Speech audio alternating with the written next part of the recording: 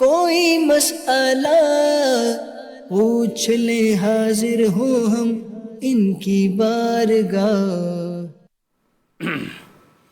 الحمدللہ رب العالمین والصلاة والسلام علی خاتم النبیین، اما بعد فاعوذ باللہ من الشیطان الرجیم، بسم اللہ الرحمن الرحیم، الصلاة والسلام علیک یا رسول اللہ وعلی آلک واصحابک یا حبیب اللہ، الصلاة والسلام علیک یا نبی اللہ وعلی آلک واصحابک یا نور اللہ۔ مدنی چینل کے ناظرین، پروگرام دارالافتاء اہل سنت میں آپ کو خوش آمدید کہتے ہیں، مرحبا کہتے ہیں۔ اللہ رب العالمین ہم سب کو دین اسلام کے احکامات سیکھ کر سمجھ کر ان پر عمل پیرا ہونے کی توفیق عطا فرمائے۔ ہمارے پیارے نبی صلی اللہ تعالی علیہ وآلہ وسلم کا فرمان عظمت عالی شان ہے، من صلی علیہ صلاۃ کتب اللہ لہ قراۃ والقراۃ مثل احد۔ فرمایا کہ جو مجھ پر ایک مرتبہ درود بھیجتا ہے، اللہ تعالیٰ اس کے لیے ایک قرات اجر لکھ دیتا ہے، اور یہ ایک قرات احد پہاڑ کی مثل ہے۔ صلو علی الحبیب صلی اللہ تعالی علی محمد صلی اللہ علیہ وآلہ وسلم، صلاۃ و سلام علیک یا سیدی یا رسول اللہ وعلی آلک و اصحابک یا سیدی یا حبیب اللہ۔ ناظرین کرام، اس پروگرام میں بطور خاص آپ کے سوالات ہم شامل کرتے ہیں۔ نمبر آپ اسکرین پر ملاحظہ فرما رہے ہیں، اس نمبر پر اپنے سوالات بھیج سکتے ہیں اور ایس ایم ایس بھی کر سکتے ہیں۔ ہماری کوشش ہوگی اسی پروگرام میں جو آپ کے سوالات موصول ہوں گے تو ان کے جوابات آپ تک پہنچائیں گے۔ آج کے ہمارے اس پروگرام میں ہمارے ساتھ شامل ہیں شیخ الحدیث مفتی محمد حسان رضا عطاری صاحب، ان کو خوش آمدید کہتے ہیں۔ کیسے مزاج گرامی؟ الحمدللہ رب العالمین علی کل حال۔ ماشاءاللہ۔ یہ ذو الحجہ شریف کا جو ابتدائی ایک عشرہ ہوتا ہے بڑا مبارک ہے، برکتوں والا۔ اس کے روزے رکھنے کی 9 دنوں کی ایک الگ فضیلت، الگ سے فضائل بھی موجود ہیں۔ پھر یوم عرفہ کی فضیلتوں کو الگ بیان کیا گیا۔ کئی چیزوں میں حاجیوں کے ساتھ ایک مشابہت بھی اختیار کی جاتی ہے، اور یہی جو حکم بیان کیا جاتا ہے کہ ذو الحجہ کا چاند نظر آئے، قربانی کا ارادہ ہے تو وہ اپنے بال وغیرہ، ناخن وغیرہ نہ تراشے۔ اچھا، یہاں 2 طرح کے سوالات ہوتے ہیں۔ ایک ہوتے ہیں کہ یہاں نارمل جو قربانی کا ارادہ رکھتا ہے، اب جو قربانی نہیں ارادہ مطلب اس پہ واجب ہی نہیں، تو اس کے لیے کیا حکم ہے؟ دوسرا ساتھ یہ ہے کہ جو حاجی صاحبان ہیں وہ حج کے لیے جو گئے ہوئے ہیں، تو آپ جانتے ہیں حج کا احرام وہ 7 کو یا 8 کو وہ باندھتے ہیں، الا یہ کہ کوئی حج افراد کے لیے یا پہلے سے ہی میقات سے ہی باندھ کے آیا تو وہ 2 دن ہو سکتا ہے پہلے آ جائے۔ تو ان کے لیے کیا حکم ہے؟ کیونکہ وہ ذو الحجہ کا چاند نظر آنے کے بعد ہی احرام شروع کرتے ہیں، تو اب احرام سے پہلے ناخن اور دیگر چیزیں کاٹنا آپ کیا فرماتے ہیں؟ بسم اللہ الرحمن الرحیم۔ حاجیوں کے علاوہ جو یہاں افراد ہیں، ان میں 2 طرح کے افراد کے حوالے سے یہ گفتگو ہوتی ہے کہ جن پر قربانی واجب ہے، جنہوں نے قربانی کرنے کا ارادہ کیا ہوا ہے، یعنی ان پر قربانی کرنا ضروری ہے، وہ اور وہ افراد کے جن پر قربانی واجب نہیں ہے۔ ٹھیک۔ تو دونوں کے لیے جو ناخن اور بال وغیرہ کاٹنے کا مسئلہ ہے، یہ ہم 2 جہت سے اس پر، 2 پہلوؤں سے اس پر گفتگو کر سکتے ہیں۔ نمبر 1 یہ کہ چونکہ حدیث پاک میں اس بات کا حکم آیا ہے کہ جو بندہ قربانی کا ارادہ کرتا ہے تو اسے چاہیے کہ اپنے ناخن اور بالوں میں سے کچھ نہ، لیکن ان کو کاٹے نہ۔ اسی طرح بعض دیگر روایتوں میں اس کا بھی تذکرہ موجود ہے کہ جو بندہ قربانی نہیں کر سکتا تو اس طرح کرنے کی وجہ سے اس کو قربانی کا ثواب یہ مل جائے گا۔ تو یہ ایک تو اس کو اس پہلو سے دیکھیں کہ یہ جو حکم ہے یہ وجوبی نہیں ہے۔ یہ یعنی وجوب سے مراد یہ ہے کہ اگر اس کے برخلاف کوئی کر جاتا ہے، یعنی مثال کے طور پر ذی الحجہ کا چاند نظر آ گیا، اس کے بعد اس نے اپنے ناخن کاٹے یا بال وغیرہ کاٹے اس نے، تو کیا وہ گناہگار ہوگا؟ تو ایسا نہیں کہ وہ گناہگار نہیں ہوگا۔ اس کو کہتے ہیں کہ یہ امر استحبابی، یعنی یہ جو حکم ہے یہ مستحب حکم ہے، اس کے نہ کرنے کی وجہ سے بندہ گناہگار یہ نہیں ہوتا۔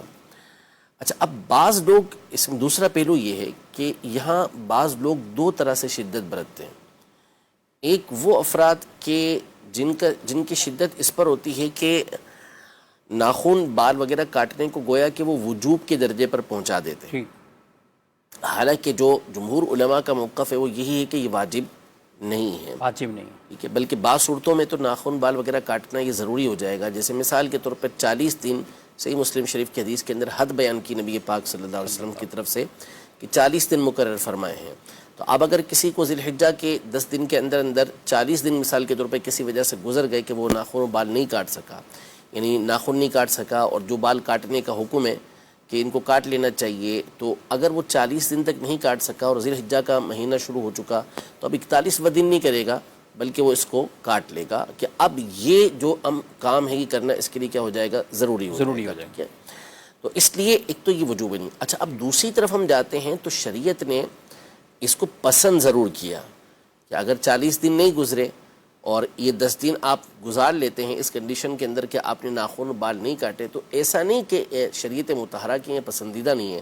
تو بعض لوگ پھر اس کے اپوزٹ ایسے بھی ہمیں نظر آتے ہیں کہ جو یوں گفتگو کرتے پھرتے ہیں کہ بھئی دوسرے شدت کر رہے ہیں، یہ کوئی ضروری تھوڑی ہے۔ ٹھیک ہے، ضروری نہیں ہے، لیکن ضروری ان معنی میں نہ ہونے کا مطلب یہ نہیں کہ اس کو نہ کیا جائے، کیا جائے۔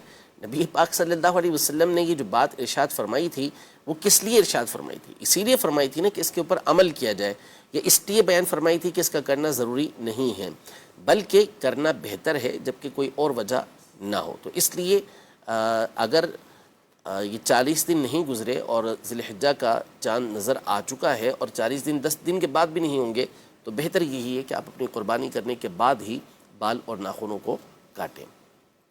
یہ تو ہو گیا عام جو حاجی نہیں ہیں ان سے، ان کے علاوہ۔ اور جو حج کے لیے جا رہے ہیں تو جیسا کہ آپ نے کہا کہ حج تمتع کرنے والے یا حج تمتع کرنے والے عام طور پر یہ 7 ذی الحجہ کو، جب 8ویں کی رات کو عام طور پہ آج کل ہمارے یہاں اور سنت کے مطابق 8ویں کی صبح کو مینا کی طرف جانے سے پہلے یہ حج کا احرام باندھتے ہیں۔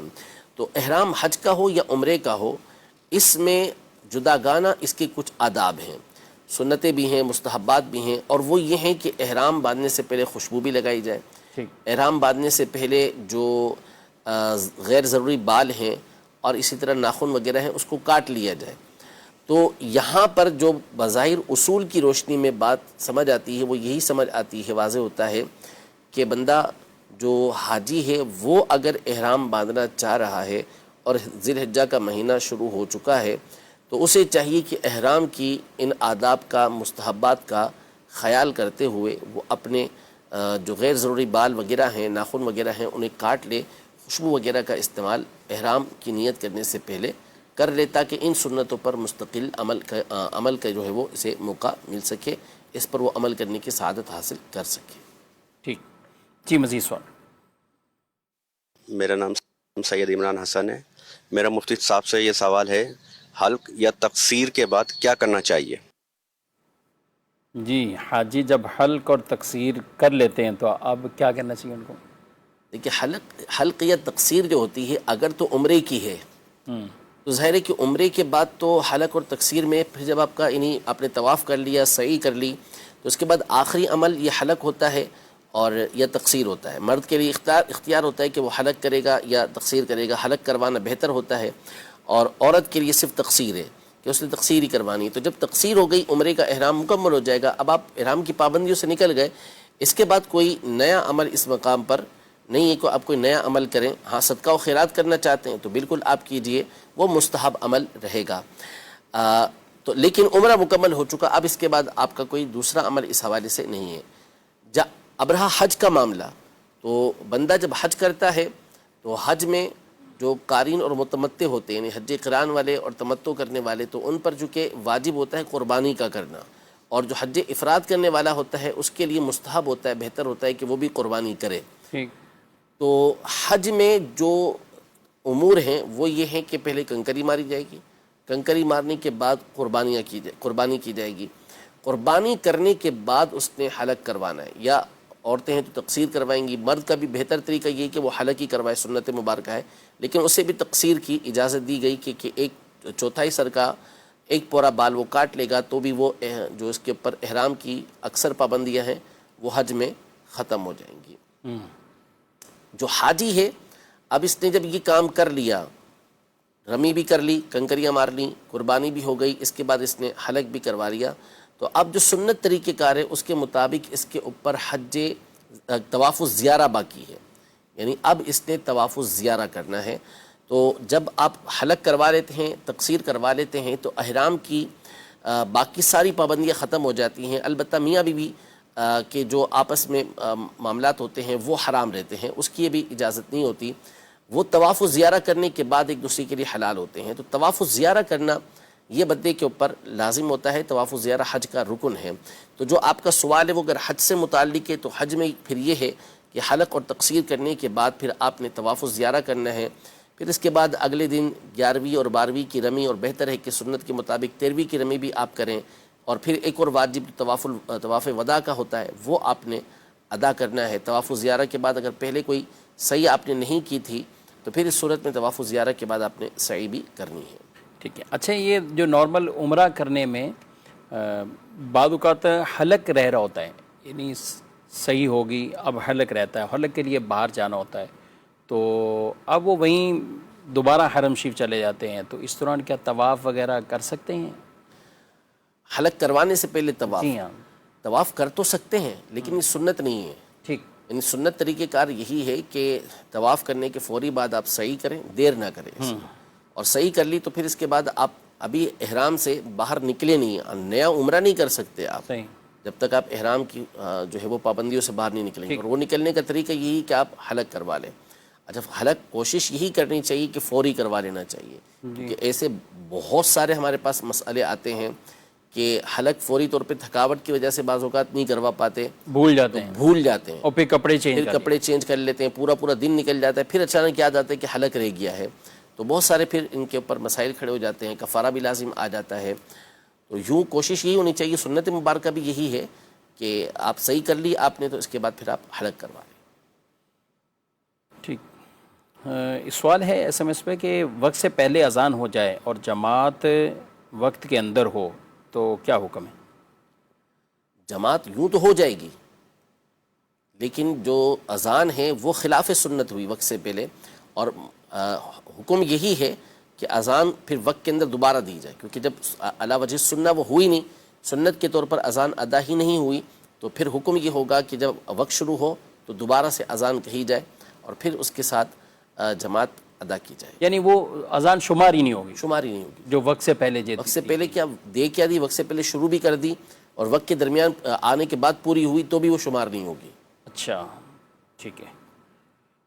مزید بھی کچھ ایس ایم ایس ہیں، انشاءاللہ ان کو بھی شامل کریں گے، اور پہلے کچھ آپ کے سوالات. صاحب میرا آپ سے یہ سوال ہے کہ شرعی طور پر گلے کی 4 رگوں میں سے کم از کم کتنی رگوں کا کٹنا ذبح کے درست ہونے کے لیے ضروری ہے؟ جی، جانوروں کو 4 رگیں ہوتی ہیں جانور کے اندر، بہتر تو یہ کہ چاروں کے چاروں کٹ جائیں اور اس سے زیادہ نہ ہو. لیکن اگر 4 میں سے 3 رگیں بھی کٹ گئیں، جس کو اکثر کہتے ہیں، تو بھی اس صورت میں قربانی یہ ہو جائے گی. 4 رگیں کٹ گئیں تو اس کے بعد پھر آگے نہ بڑھیں. بعض لوگ پھر اس میں اور زور لگاتے ہیں اور بعض اوقات تو وہ کاٹتے کاٹتے بالکل بسا اوقات تو اینڈ تک انتہا تک پہنچ جاتے ہیں. تو یہ نہ کریں. بس 4 رگیں کٹ گئیں تو اس کے بعد اسے ٹھنڈا ہونے کے لیے چھوڑ دیں. لیکن 3 رگیں بھی کٹ جائیں گی جو آپ نے سوال کیا ہے، جو ذبح کے لیے ضروری ہے، تو اس سے بھی ذبح ہو جائے گا، جانور حلال ہو جائے گا. ٹھیک. مزید سوال. میرا آپ سے یہ سوال ہے کہ وضو کے دوران اگر شک ہو کہ کوئی عضو دھویا ہے یا نہیں تو کیا حکم ہے؟ برائے کرم جواب ارشاد فرما دیں. جی، وضو کے دوران شک ہوا، اور یہ کبھی ایسا ہوتا ہے کہ غسل فرض ہوتے ہیں تو اس کے بعد بھی کچھ کبھی سوال کر رہے ہوتے ہیں کہ ناک میں پانی چڑھانا، کلی کرنا، ہمیں یہ یاد نہیں آ رہا کہ ہوا کہ نہیں. اس کے مختلف احکام ہوتے ہیں. یعنی ایک تو ہے کہ کسی عضو کے بارے میں یہ ہے کہ پتہ نہیں یہ ہاتھ میں نے دھویا تھا یا نہیں دھویا تھا، تو پھر اس صورت میں حکم یہ ہے کہ ظن غالب کے اوپر لحاظ، اگر پہلی دفعہ اس طرح کا معاملہ ہوا ہے تو پھر آپ اس ہاتھ کو دھو لیں. یعنی یہ ہاتھ اپنے دھویا ہے یا نہیں دھویا، پہلی دفعہ اس طرح کا شک ہو رہا ہے تو اسے دھو لیں. اور اگر آپ کو بار بار اس طرح کا معاملہ ہوتا رہتا ہے تو پھر آپ ظن غالب کریں گے کہ آپ کا خیال اس کے اوپر جم جائے کہ اس جگہ کو آپ نے دھویا ہے یا نہیں دھویا. تو اگر خیال اس پر جمتا ہے کہ آپ نے دھو لیا ہے تو دھونے کی ضرورت نہیں ہے، اور خیال اس پر جمتا ہے کہ آپ نے نہیں دھویا تو پھر اس کو آپ دھو لیں. ایک تو یہ صورتحال ہے. کلی کرنے کا یہ ذہن میں آ رہا ہے کہ پتہ نہیں کلی کی یا نہیں کی، تو وسوسہ اگر بار بار آتا ہے تو ظن غالب پر عمل کریں. اور اگر پہلی دفعہ ایسا ہوا ہے تو آپ کلی اچھی طریقے سے دوبارہ کر لیجئے. اور ایک یہ ہے کہ آپ نے سارے اعضاء دھوئے تھے لیکن کوئی ایک عضو آپ دھونا بھول گئے تو اس میں یہ ہوتا ہے کہ الٹے پاؤں کو دوبارہ بندہ دھو لے تو اس کا وضو یہ ہو جائے گا. صحیح. اور غسل کے حوالے سے جو میں نے کہا یعنی اس میں فرض چیز جو ہے اس میں بھی یہی ہے.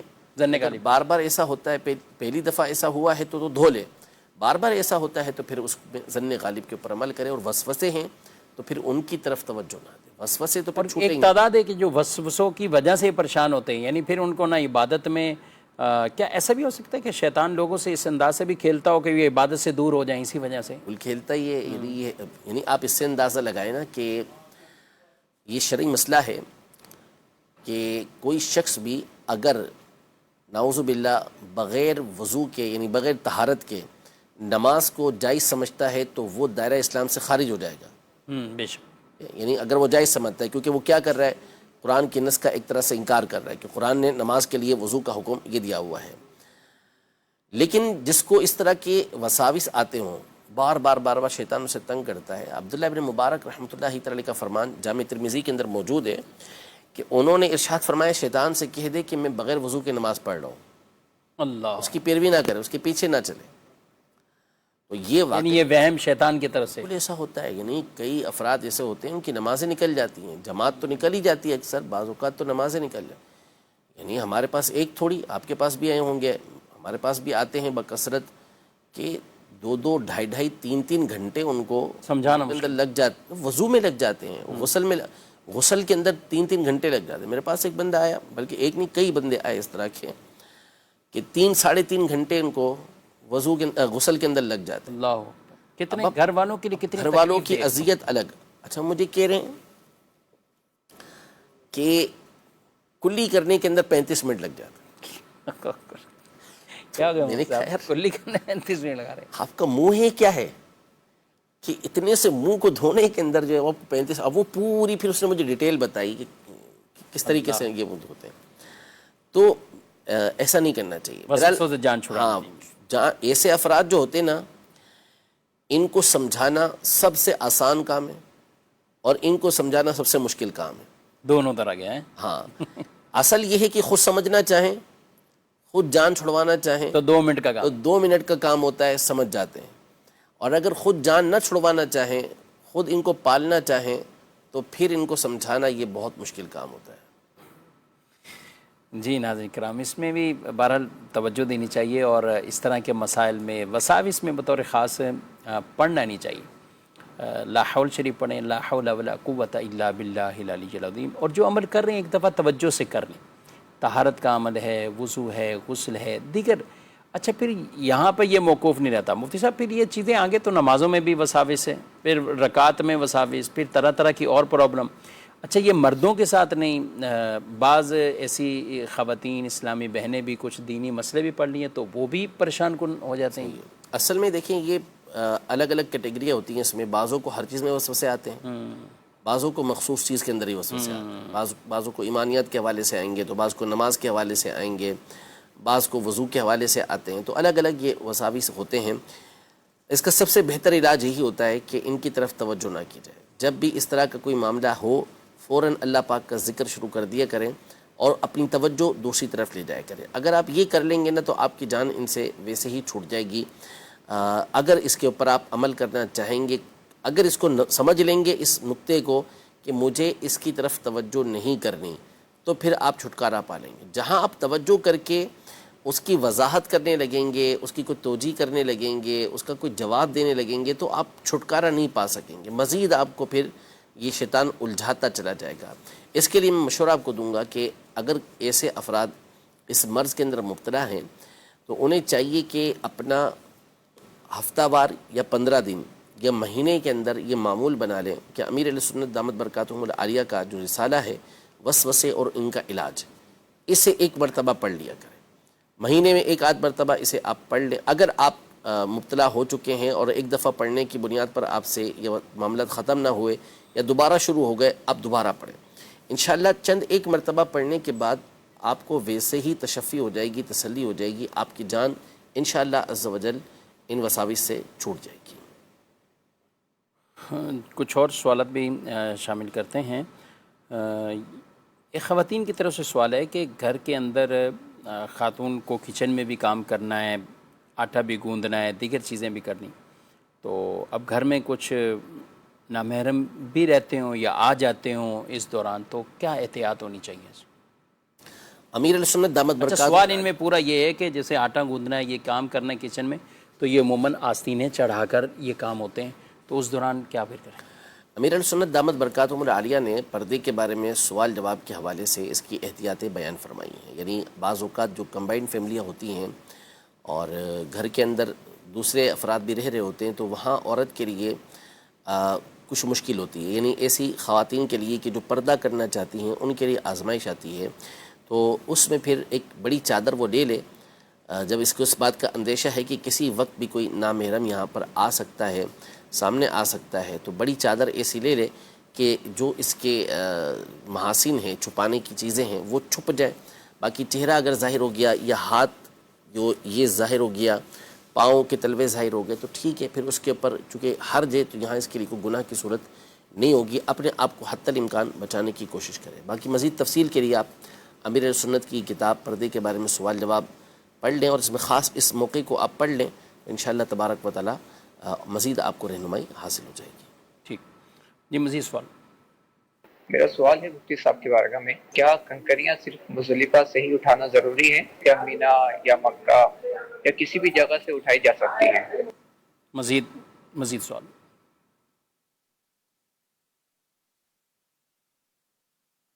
مفتی صاحب میرا آپ سے ایک سوال ہے کہ مخلوق شخص پر قربانی کرنا واجب ہے؟ ٹھیک ہے جی. پہلے تو کنکریوں کا کہ کہاں سے یہ اٹھانی چاہیے، اور یعنی مزدلفہ سے ہی اٹھانی ہے یا مینا سے ہی اٹھا لیں؟ سنت مبارکہ یہی ہے کہ کنکریاں یہ مزدلفہ سے تلاش کی جائیں، وہاں سے ڈھونڈی جائیں. اور فی زمانہ ہمارے دور کے اندر جو آسان ترین ذریعہ ہے وہ ہے بھی یہی کہ وہاں پر کروڑوں کی تعداد میں یہ کنکریاں بکھیری ہی اس لیے جاتی ہیں تاکہ حجاج کو اس حوالے سے تلاش کرنے میں آسانی ہو. تو بہتر یہی ہے کہ وہیں سے کنکری تلاش کی جائے. باقی اس کے علاوہ آپ کسی اور مقام سے بھی کنکری اٹھا سکتے ہیں. البتہ ایک تو اس میں جہاں سے آپ کنکری نہیں اٹھا سکتے، ایک مقام تو وہ ہے کہ جہاں کنکریاں ماری جا رہی ہیں وہاں جو کنکریاں گر کے جمع ہو جائیں. اب ہمارے دور میں ایسا عام طور پہ ہے نہیں، کیونکہ وہاں جو کنکری ماری جاتی ہے وہ نیچے چلی جاتی ہے اور وہ عام طور پہ بندوں کو نظر نہیں آتی کہ وہ کہاں گئی ہے. لیکن پہلے دور کے اندر کنکریاں وہاں پر اس طرح جمع ہو جاتی تھیں، یعنی جو قبول ہوتی تھی وہ اٹھا لی جاتی تھی، باقی کنکریاں وہاں ہوتی تھی، تو وہاں سے اٹھانے سے علماء نے منع فرمایا کہ اس مقام سے نہ اٹھائے. اسی طرح اگر کسی کی پرسنل کنکریاں ہیں، اس نے خاص طور پر اپنے گھر کے آگے مثال کے طور پر ڈالی ہوئی ہیں، مکہ مکرمہ میں مثال کے طور پر ڈالی ہوئی ہیں، تو وہاں سے ظاہر ہے کہ اٹھانے کی اجازت نہیں ہوگی کہ وہ اس کی پرسنل ہیں، ذاتی ہیں. باقی اس کے علاوہ جو عام کنکریاں بکھری بھی ہوتی ہیں وہ آپ نے مکہ مکرمہ سے یا مینا سے یا آپ نے عرفات کے میدان سے اسے اٹھا لیا تو اس میں حرج نہیں ہے. صرف وہ مقام کہ جہاں کنکریاں ماری گئی ہیں اور وہ کنکریاں وہاں پر اگر جمع ہو جاتی ہیں وہاں سے کوئی اٹھاتا ہے تو اس کو علماء نے مکروہ قرار دیا. باقی اس کے علاوہ حرج نہیں کہ کسی اور مقام سے اٹھا لے، لیکن بہتر یہی ہے کہ مزدلفہ کے میدان سے ہی اسے تلاش کرے. ٹھیک ہے. مقروض کے لیے قربانی کا کیا حکم، کیا واجب رہے گی؟ مقروض اب مثال کے طور پر ان کے اوپر قرضہ جو وہ 10 لاکھ روپے کا ہے، لیکن 50 لاکھ روپے کے مالک ہیں یہ. اب 40 لاکھ تو موجود ہیں ان کے پاس، صحیح. تو اب اس کو ہے تو یہ بھی مقروض کہ جس کے اوپر 10 لاکھ روپے کا قرضہ ہے. تو اب یہ کیا ہے کہ میں مقروض ہوں، مجھ پہ قربانی نہ ہو، تو ایسا نہیں. اصل یہ ہے کہ قرضہ آپ کے اوپر جتنا ہے اس کو نکالنے کے بعد اب دیکھا جائے گا کہ آپ صاحب نصاب بنتے ہیں یا نہیں بنتے. یعنی آپ کے پاس 7.5 تولہ سونا ہے، یا آپ کے پاس 52.5 تولہ چاندی ہے، یا آپ کے پاس اتنا سامان آپ کی ضرورت کے علاوہ موجود ہے، چاہے وہ بیچنے کا ہو یا اس کے علاوہ سامان ہو کہ جس کی ویلیو 52.5 تولہ چاندی کی رقم کے برابر ہو جاتی ہے، یا ضرورت کے علاوہ آپ کے پاس اتنی رقم موجود ہے کہ جو 52.5 تولہ چاندی کی رقم کے برابر ہے، اور یہ اتنی رقم ہے کہ جو آپ پر قرض ہے اس کے علاوہ ہے، تو ظاہر ہے کہ آپ کے اوپر قربانی لازم ہوگی. ہاں آپ کے پاس سرے سے کچھ نہیں ہے، یا آپ کے اوپر جتنا قرض ہے وہ اتنا ہے کہ ان ساری چیزوں کو بھی ہم ملا لیں، آپ کے سونے چاندی رقم وغیرہ سب کو، تو بھی قرضہ اس سے زیادہ ہے یا اتنا ہے کہ قرضے کو جب مائنس کریں گے تو یہ نصاب کے برابر آپ کے پاس رقم وغیرہ باقی نہیں رہے گی، تو پھر آپ کے اوپر قربانی لازم نہیں ہوگی. ٹھیک ہے. یعنی دونوں طرح کی چیزیں ان کو دیکھنی پڑے گی کہ یہ کس کیٹیگری میں. صرف قرضے کی بات اس میں، جیسے مارکیٹ میں ہر آدمی اگر یوں کہہ لیں کہ وہ کسی کا مقروض بھی ہے اور اس کو کسی سے لینے بھی ہیں، جی تو یہ لین دین تو اس کا چل رہا ہے اور کھاتے بنے ہوئے ہیں، کوئی فی الفور دینے والا بھی حساب کتاب نہیں ہوتا، تو ان کو بھی اس اعتبار سے دیکھنا ہوگا۔ اچھا، یہ صورت ہو سکتی ہے کہ مقروض ہے اور اس کے علاوہ قرضہ اتارنے کی اس کے پاس وہ گنجائش بھی نہیں ہے، لیکن کچھ لوگ شوق سے کوئی بکرا لے لیتے ہیں یا پالا ہوا ہے اور جانتے ہیں قرضہ میں نے 10 لاکھ ریٹرن کرنا ہے، اب اس کو میں 20,000 30,000 روپے 25,000 50,000 روپے دوں گا، تو وہ تو ایسوں کے لیے کیا حکم کیا چلے، کیا کرنا چاہیے اس کو؟ حکم یہ ہے کہ قربانی تو ان پر لازم نہیں ہے۔ ٹھیک ہے، اب اگر ایسا بندہ کوئی بکرا وغیرہ قربانی کی نیت سے خرید لیتا ہے کہ میں نے اس کو قربان کرنا ہے، جو ایک نظر و منت کی صورت بن جاتی ہے، تو پھر اس پر یہ قربانی لازم ہو جائے گی، کرنا بھی ضروری ہو جائے گی اس کے لیے، یہ ایک الگ مسئلہ ہو جائے گا۔ لیکن اب اس کو کرنا کیا چاہیے، تو اس پر مشورہ یہ ہے کہ جو آپ کا قرض خواہ ہے، جو آپ سے قرضہ مانگتا ہے، آپ اس سے مشورہ کر لیں۔ یعنی ہوتا یہ ہے کہ بھلے 50,000 روپے کا آپ نے بکرا لیا ہے اور قرضہ آپ نے 20 مہینوں کے اندر 10 لاکھ روپے کا ادا کرنا ہے، لیکن جب آپ قربانی کریں گے اور وہ بندہ دیکھے گا کہ یار میرا قرض ادا کرنے میں یہ اتنی تاخیر کر رہا ہے، دیر کر رہا ہے اور قربانی کر رہا ہے، تو پھر ہو سکتا ہے کہ اس کے دل کے اندر کسی طرح کا ملال آئے۔ ہاں، آپ جانتے ہیں کہ ایسا کوئی مسئلہ ہی نہیں ہے، قسطیں آپ کی بندھی ہوئی ہیں اور ہر مہینے قسط آپ کی جا رہی ہے، جیسے ہوتا ہے کاروباری قرضوں میں بعض اوقات اس طرح کا ہوتا ہے، تو ہم نے چھوٹی سی مثال دی، بعض اوقات بڑے بڑے اس طرح کی اقساط جو ہوتے ہیں وہ مقرر ہوتی ہیں اور وہ جاری ہوتی ہیں اپنے وقت پر، اور پھر آپ قربانی کرتے ہیں تو اس میں نہ اس کو کوئی پریشانی ہوتی ہے، نہ کوئی ملال کی صورت پیدا ہوتی ہے، تو قربانی کرنے میں حرج نہیں ہے۔ لیکن جو احتیاطی تقاضے ہوتے ہیں، محتاط آدمی ہوتا ہے، تو وہ ہمیشہ چاہے عمرے پر جا رہا ہو، نفلی حج کے لیے جا رہا ہو یا قربانی نفلی کر رہا ہو، تو پھر وہ ایسے افراد کو اعتماد میں لے لیتا ہے، کسی نہ کسی طریقے سے ان کے علم کے اندر بات لے آتا ہے، تاکہ کسی طرح کا کسی کے دل کے اندر آپ کے خلاف، آپ کے بارے میں کوئی برا گمان یہ پیدا نہ ہو۔ ٹھیک۔ سوال ہے کہ کیا خواتین صحن میں نماز پڑھ سکتی ہیں کھلے آسمان کے نیچے؟ سنا ہے کہ کھلے آسمان کے نیچے نماز ان کی نہیں ہوتی۔ نماز نہیں ہوتی یہ تو غلط بات ہے۔ ٹھیک۔ عورت صحن کے اندر یہ مثال کے طور پہ چھت پہ نماز پڑھ رہی ہے، تو نماز کی شرائط اگر پوری ہیں تو نماز تو ہو جائے گی۔ ہاں، البتہ کھلے صحن میں پڑھ رہی ہے یا چھت پہ پڑھ رہی ہے مثال کے طور پر، اور بے پردگی ہو رہی ہے، صحیح، قریب قریب جو ہے گھر موجود ہیں، یا صحن کے اندر پڑھ رہی ہے اور اوپر کوئی گھر میں اس طرح کے افراد موجود ہیں کہ نامحرم اسے دیکھ رہے ہیں، تو ظاہر ہے کہ یہ ایک الگ معاملہ ہو جائے گا کہ اس طرح پھر پڑھنا اس کا درست نہیں ہوگا، مناسب نہیں ہوگا کہ ایسے مقام پر وہ نماز پڑھے۔ یہ تو ہے اس اعتبار سے حکم کہ اس کی نماز ہو جائے گی۔ یعنی اگر چھت پہ بھی اس طرح پڑھی، اگرچہ بعض بڑے مکان ہیں، اونچے مکان ہیں کہ ان کی نظر پڑ رہی تھی، نماز ہو جائے گی، لیکن احتیاط کرنی، بچنا ہے۔ بالکل احتیاط کرنی ہے، وہ الگ چیز ہو جائے گی۔ لیکن جو افضل طریقہ کار ہے، جو حدیث پاک، مشہور حدیث پاک ہے، جس میں ارشاد فرمایا کہ عورت کی نماز صحن سے بہتر اس کے کمرے کے اندر ہے، صحیح، کمرے سے بہتر جو ہے وہ کوٹھڑی کے اندر ہے۔ یعنی جس قدر عورت پوشیدہ ہو کر چھپ کر نماز پڑھے گی تو رب تبارک و تعالیٰ کو وہ راضی کرنے والی ہوگی۔ نماز کا ظاہر ہے کہ مقصد اصلی اور مومن کی زندگی کا مقصد اصلی یہی ہے کہ اس نے اپنے رب عز و جل کو راضی کرنا ہے، اور راضی اسی انداز میں کیا جائے گا کہ جو نبی پاک صلی اللہ علیہ وسلم کا بتایا ہوا طریقہ کار ہے، سب سے اولا، سب سے اعلیٰ طریقہ وہی ہے۔ تو جب نبی پاک صلی اللہ علیہ وسلم سب سے بہتر طریقہ یہ بتا رہے ہیں کہ آپ جس قدر چھپ کر پڑھ سکتی ہیں اس قدر آپ چھپ کر ادا کریں، یہ زیادہ اچھا ہے۔ بعض عورتوں کو دیکھا گیا ہے، یا وہ اس طرح کے معاملات ہوتے ہیں کہ وہ کھلی جگہ پر اس طرح نماز پڑھنا پسند کرتی ہیں، تو اگر کوئی گرمی وغیرہ کا معاملہ نہ ہو تو پھر اس صورت میں انہیں اس سے گریز کرنا چاہیے۔ ٹھیک۔ مزید میرا مفتی صاحب سے سوال ہے، جمعے کی نماز میں اگر امام کے ساتھ ایک رکعت رہ جائے تو مقتدی کیا کرے؟ جی، پہلے تم جواب لے لیتے ہیں، پھر کچھ مقتدی کو مشورے بھی دیں گے، کیا کہتے ہیں آپ؟ ایک رکعت جمعہ کی رہ گئی ہو یا کسی اور نماز کی رہ گئی ہو، تو اس کو ادا کرنے کا طریقہ کار یہی ہے کہ جب امام صاحب سلام پھیر دیں تو دونوں طرف سلام پھیر لیا، آپ کو اطمینان ہو گیا کہ امام صاحب سلام پھیر چکے ہیں، تو اب آپ کھڑے ہو جائیں۔ کھڑے ہو کر اگر آپ نے پہلے جیسے جمعہ کی نماز کی آپ بات کر رہے ہیں تو ظاہر ہے کہ دوسری رکعت میں آپ نے ثنا نہیں پڑھی ہوگی، تو اب آپ ثنا سے ابتدا کیجئے، تعوذ یعنی اعوذ باللہ یہ بھی پڑھیں، بسم اللہ الرحمن الرحیم بھی پڑھیں، اس کے بعد سورہ فاتحہ بھی پڑھیں، اور سورہ فاتحہ کے ساتھ کوئی بھی سورت آپ ملائیں، اور اپنی رکعت کو جیسے عام روٹین کے مطابق مکمل کرتے ہیں ویسے آپ مکمل کیجیے۔ ٹھیک ہے، کرنے چلیں آپ ان کو مشورہ دیں، یعنی جمعے کے حوالے سے بھی ایسا ہونا چاہیے، یا جمعہ بھی بعض اوقات عید پہ بھی عید میں بھی لوگ ظاہر ہے وہ تو سال بعد نماز ہے لیکن اس میں بھی لیٹ آتے ہیں، یہ سوال آتے ہیں لیٹ ہو گئے یہ وہ۔ اچھا جمعے میں تو خطبہ بھی پہلے ہو گیا، تو اس حوالے سے بھی کچھ کہیں؟ خطبہ جمعہ کی نماز کے لیے شرط ہے، ٹھیک، یعنی اگر کوئی امام سرے سے خطبہ ہی نہ پڑھے تو جمعہ نہیں ہوگا، صحیح، خطبہ شرط ہے، اور اس میں 3 افراد کا ہونا یہ ضروری ہوتا ہے، لیکن ہر فرد کا خطبہ سننا یہ شرط نہیں ہے۔ اگر کوئی مثال کے طور پر دوسری رکعت میں بھی آیا یا پہلی رکعت میں خطبہ ہونے کے بعد آیا تو جمعہ تو ہو چکا، منعقد ہو گیا جمعہ، تو اس کی نماز جمعہ بھی ادا ہو جائے گی، لیکن یہ بڑے یعنی افسوس کی بات اور محرومی کی بات ہوگی اگر بلا سبب بلا وجہ ایسا ہوتا ہے کہ نبی پاک صلی اللہ علیہ وسلم نے تو ترغیب دلائی اس کی کہ پہلے آنے والے کو جو ہے وہ اونٹ قربان کرنے کا ثواب، صدقہ کرنے کا ثواب ملتا ہے، بعد میں آنے والے کو گائے، پھر اس کے بعد بکرا، پھر اس کے بعد مرغی، یہ چیزیں انڈا، یہ چیزیں صدقہ کرنے کا بندے کو ثواب ملتا ہے۔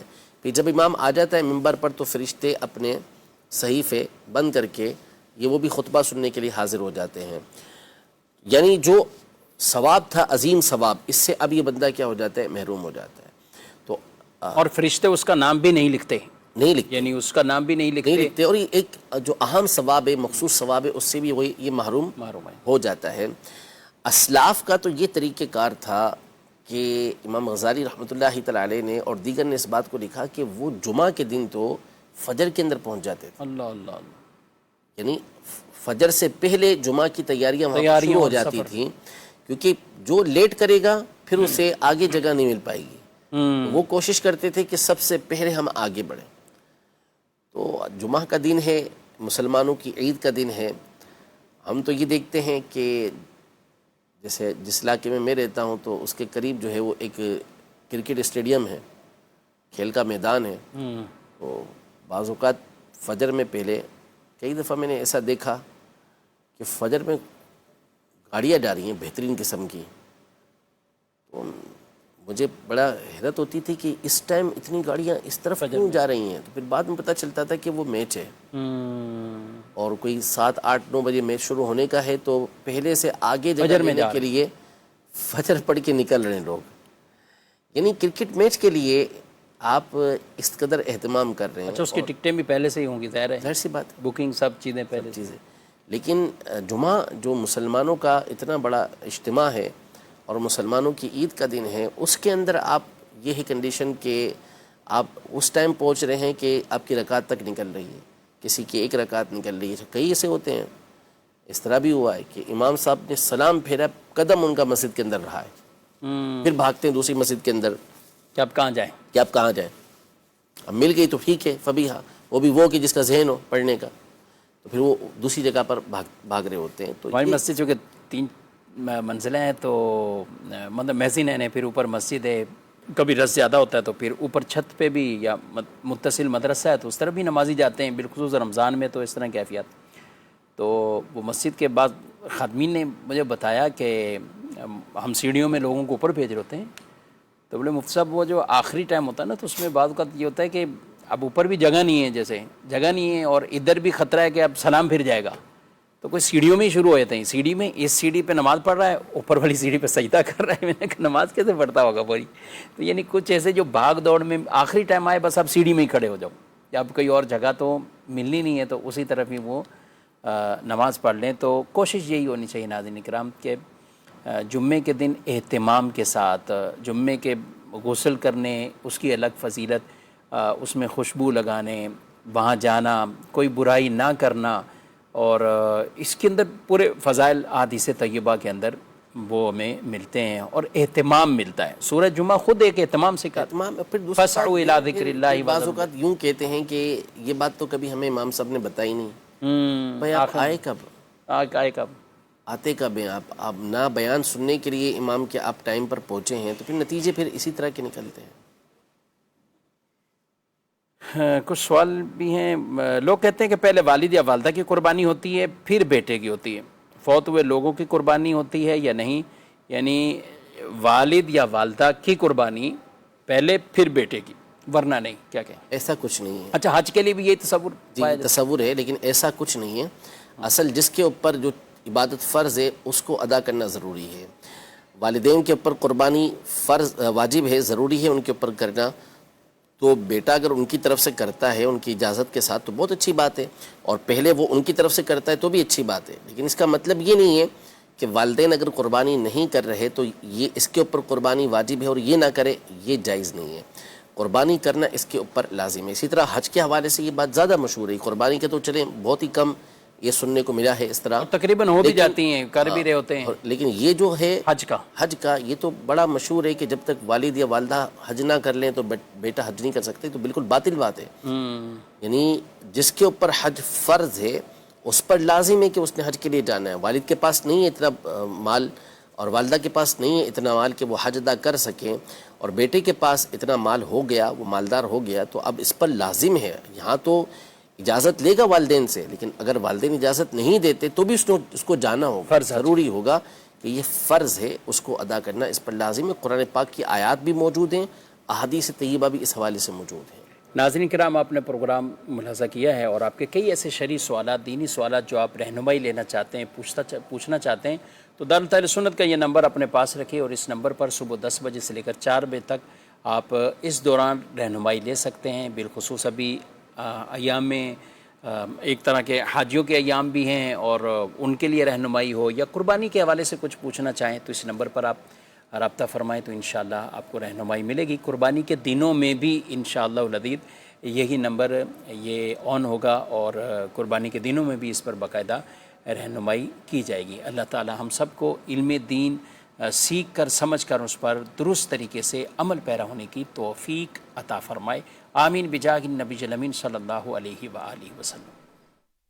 ہادی و رہنما ہمارے علماء، ہو کبھی درپیش جو کوئی مسئلہ، پوچھ لیں حاضر ہوں ہم ان کی بارگاہ.